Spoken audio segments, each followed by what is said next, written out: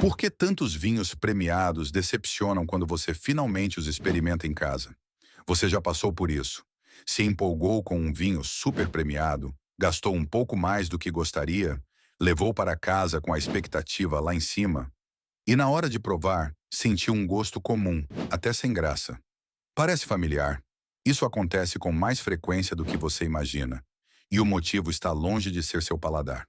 A verdade é que muitas premiações seguem critérios técnicos rígidos demais, ou até distantes da realidade do consumidor comum. Um vinho que ganha 95 pontos pode ter sido avaliado por um especialista que ama acidez extrema ou taninos mais agressivos, por exemplo. E você, do outro lado, só queria algo equilibrado e prazeroso para tomar num jantar. Além disso, existe outro fator: influência comercial. Sim, há críticos que recebem garrafas, experiências e convites. E isso, inevitavelmente, pesa na caneta. O que fazer então? Provar, experimentar mais, buscar grupos e eventos de degustação onde você possa descobrir seu gosto pessoal. Porque, no fim das contas, não é sobre o que o especialista diz, é sobre o que você sente. Como identificar, em menos de 30 segundos, se um rótulo está te enganando com palavras vazias como reserva e edição especial? Você já reparou como alguns vinhos parecem ter palavras mágicas no rótulo? Termos como Gran Reserva, edição limitada, seleção do enólogo, colheita especial. Tudo isso parece indicar que você está prestes a abrir algo raro, sofisticado, memorável. Mas cuidado, a maioria dessas palavras não tem regulamentação nenhuma no Brasil. Em outras palavras, qualquer vinícola pode imprimir Gran Reserva na garrafa, mesmo que o vinho tenha envelhecido por pouco tempo ou nem passe por barrica. Esses termos funcionam como ganchos de marketing. Você lê edição especial, pensa que está levando algo exclusivo e paga mais. Mas exclusividade não é sinônimo de qualidade. Quer saber o que olhar de verdade no rótulo? Foque na trinca de ouro, a uva utilizada, a região produtora e a safra. A combinação desses três elementos conta uma história real sobre o que está dentro da garrafa. Muito mais do que qualquer slogan impresso com letras douradas. E se ainda restar dúvida, use o celular. Uma busca rápida pelo nome do vinho pode revelar verdades que o rótulo tenta esconder. Quando é o momento certo para ignorar um vinho importado e escolher um nacional? E sair com uma garrafa melhor por metade do preço? Durante muito tempo, os vinhos importados reinaram absolutos nas prateleiras e nas mentes dos consumidores brasileiros.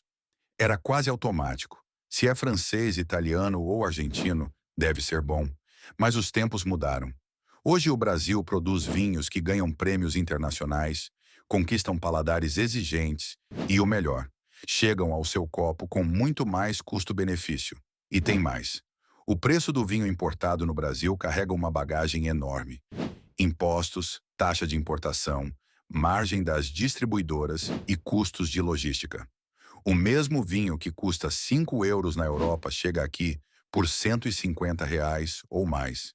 Enquanto isso, vinhos nacionais de regiões como Serra Gaúcha, Campanha Gaúcha e até de áreas emergentes como o Planalto Catarinense oferecem qualidade surpreendente por preços justos. O momento ideal para ignorar o apelo importado? Quando você quer algo bom, sem pagar por nome ou status. Quando o dólar está alto. Quando você quer apoiar o produtor local. E principalmente quando você descobre que dá, sim, para tomar vinhos incríveis produzidos aqui. E que agradam mais ao seu paladar do que muitos rótulos importados badalados. A mudança começa na próxima garrafa. O que os especialistas em vinho olham primeiro em uma garrafa e que 90% dos consumidores nem sabem que existe. A maioria das pessoas olha o rótulo de um vinho como quem avalia uma capa de livro.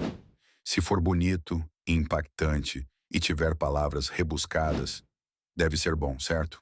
Errado. Enquanto isso, os especialistas fazem o oposto. Eles pulam o design e vão direto a três pontos fundamentais: safra, região e produtor. A safra indica o ano da colheita, e esse detalhe é mais importante do que parece. Anos muito chuvosos, secos ou com geadas podem comprometer a qualidade das uvas. Já a região produtora diz muito sobre o terroir, o clima e até as práticas da vinícola. E o produtor? Bem, algumas vinícolas têm décadas ou séculos de excelência. Outras vivem de marketing.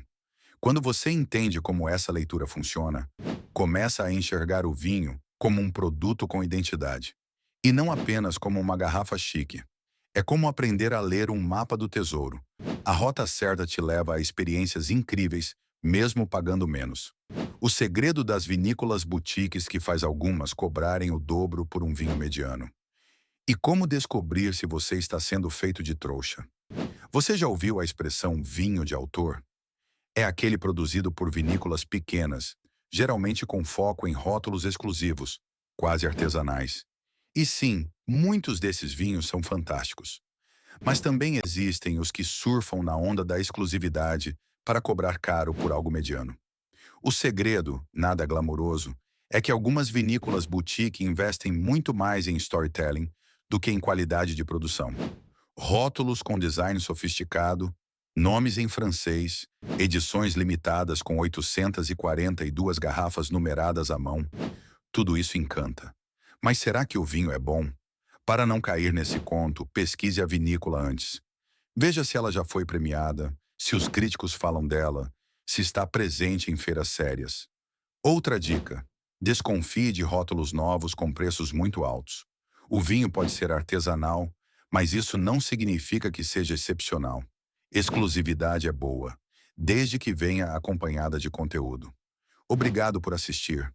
Comente abaixo a sua experiência conosco. Se gostou, curta e compartilhe com alguém que irá tomar um vinho com você. Até mais!